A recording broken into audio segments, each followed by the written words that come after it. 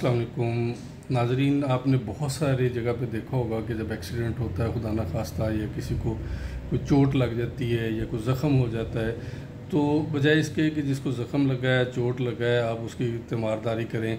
पास खड़ा हुआ एक शख्स वो इतना बेहोश हो जाता है या इस तरह उसकी कैफियत हो जाती है, दिल की धड़कन तेज़ हो जाती है कि आपको जिसको चोट लगी है, जिसको ज़ख़म हुआ है, जिसको कोई छुरी चाकू या खुदा न खास्ता कोई गन शूट हुई है, कोई और इस तरह का कोई लग गई है, कोई चीज़ तेज़ धार आला कोई लग गया है, तो उसकी बजाय आपको जो साथ खड़ा होता है वो खून देखकर, वो उसकी कैफियत देखकर वो ख़ुद बेहोश हो जाता है और उसकी हालत बुरी हो जाती है।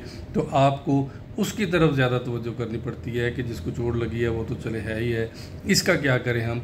तो ऐसे लोग नक्स वोमिका और स्टेफिसोगेरिया होम्योपैथी मेडिसिन के पेशेंट होते हैं। आप इनको नक्स वोमिका और स्टेफिसोगेरिया अलग अलग दे के तो आप उनको नॉर्मल कर सकते हैं ताकि आइंदा उनकी कैफियत ना हो। अपनी और अपने प्यारों का ख्याल रखें, होम्योपैथी अपनाएं, सेहतमंद रहें। अस्सलाम वालेकुम।